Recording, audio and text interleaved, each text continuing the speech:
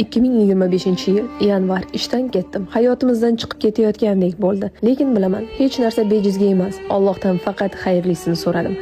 Fevral kutilmagan tanishuv, so'ngan motivatsiyalarimni yana kuchaytirgan, qalbimga nur bo'lib kirib kelgan Murshida opa bilan ilk uchrashuv. Mart yangi onlayn ish, marketing direktorlik lavozimi, qadrli va niyati toza insonlar bilan tanishuv. Birmingemga sayohat, aprel Kembridjga sayohat, may Londonda Amira Rashidova, Parijda Qurahmedova bilan uchrashuv, sayohat, Oksford, iyun London festivalida media guruhi a'zosi bo'ldim. Ozoda Nursaidova, Benom, Jasmin, Nilufar Sotiboldiyeva bilan jonli ko'rishuvlar. Iyul intervyuyim, qalban juda yaqin bo'lgan insonlar bilan tanishuv va qadrdonlarga aylanish. Reklama hamkorligidan ilk videolar. Avgust iliq uchrashuvlar, 3 ta shaharga sayohat. Sentyabr qizim maktabga chiqdi. Do'stlar bilan uchrashuvlar, shukurga to'la lahzalar.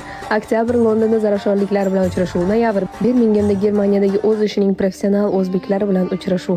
Katta orzular qilishni o'rgatgan Germaniyada yashovchi Iroda opa bilan yaqinlik. Dekabr Daydi to'tining qaytishi. O'zbekistonga borib, diydorlarni shirin qildim. 20 ta tishimni davolatdim. Sog'ligimga e'tibor qaratdim. Ota-onam bag'rida bo'ldim. Allohimga ming shukrlar bo'lsin. Oxirigacha ko'rgan bo'lsangiz, albatta obuna bo'ling. Bu ham bejizga emas.